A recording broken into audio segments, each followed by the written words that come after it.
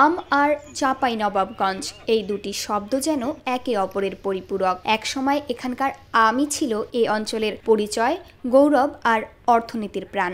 নওয়াবদের বাগানে প্রথম রোপণ করা হয়েছিল এই আম গাছগুলো। ধীরে ধীরে হাজার হাজার গাছে ছেয়ে যায় গোটা জেলা। দেশ ছাড়িয়ে বিশ্ববাজারে পৌঁছায় এখানকার হিমসাগর, ল্যাংড়া, ফজলি। কিন্তু সময় বদলেছে, চাহিদাও বদলেছে। দেশীয় আমের স্বাদ থাকলেও বাজারে নেই দাম। চাষিরা পড়েছেন লোকসানে। ফলে এক এক করে কাটা পড়ছে শতবর্ষী গাছ, নিভে যাচ্ছে ইতিহাসের আলো। তবে একদল চাষি এখনো লড়াই করছেন ভিন্নভাবে। তারা পুরনো গাছে দিচ্ছেন নতুন প্রাণ টপ ওয়ার্কিং এর মাধ্যমে। টপ ওয়ার্কিং এমনই একটি কৃষি কৌশল যেখানে একটি বয়স্ক গাছে উন্নত জাত পুরো পরিবর্তন করা যায়। এখানে 80 আম ছিল আমার, 33 ঝাড় গাছ। আমি কোনো টাকা পয়সা পাচ্ছিলাম না, মানে আম হয়তো মুকুল হয়তো গেলে পুরে শেষে যেত। তো কৃষি অফিসের পরামর্শ আমি টপ ওয়ার্কিং করি। এখান থেকে সামনে বছর একটা বড় আশা আছে। এখন যেমন কাটিমনের আমের বাজার 6,000 টাকা মন। তো আল্লাহ দেয় যদি সহায় হয় তাহলে সামনে বছর হয়তো 1,05,000 টাকা আশা করছি। এখানে আগে এটা আমার রূপালী বাগান ছিল, এক সিজনের আম, লাভবান হইতাম না।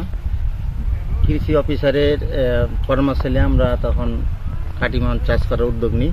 এখান থেকে কিছু আমরা সাহায্য সুবিধা পেয়েছি, দিয়ে আপনার টপ ওয়ার্কিং করে আমরা করলাম, টেপ করে দিয়ে এখন ভালো চাষবাস হচ্ছে। এখন আমও অনেক ধরেছে। যখন ফজলি ও 80 আম ছিল তখন 10 ভ্যান আম লে যাওয়া পাওয়া গেছে 50,000 টাকা, আর এখন 1 ভ্যান আম লে যাওয়া পাওয়া যাচ্ছে 50,000 টাকা। এই বাগানে ছিল আগে 80 আম, তখন এই আমটা করার পরে লাভবান হচ্ছে। এটা আমের নাম হচ্ছে কাটিমন। আধুনিক কৃষি প্রযুক্তি সম্প্রসারণের মাধ্যমে আম চাষিদের টপ ওয়ার্কিং এর প্রদর্শনী দেওয়া হচ্ছে। এর মাধ্যমে অনুন্নত জাতগুলোকে পরিবর্তন করে নতুন জাতে রূপান্তর করার জন্য প্রদর্শনী দেওয়া হয়েছে।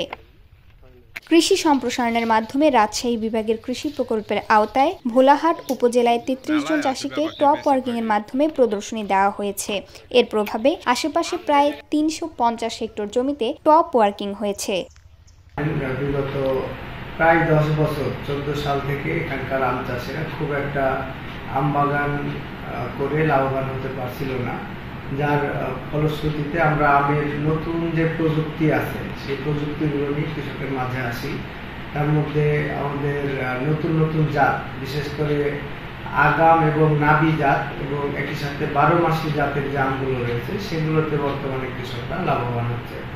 তো তারই অংশ হিসেবে আমাদের রাজশাহী বিভাগের কৃষি উন্নয়ন প্রকল্পের আওতায় আমরা বিগত 4-5 বছর যাবত আমের জাত পরিবর্তন করে, বিশেষ করে বিদ্যমান আম বাগানে টপ ওয়ার্কিং বা আমরা যেটা টেপ করা বলি, এটার মাধ্যমে জাত পরিবর্তন করা হচ্ছে।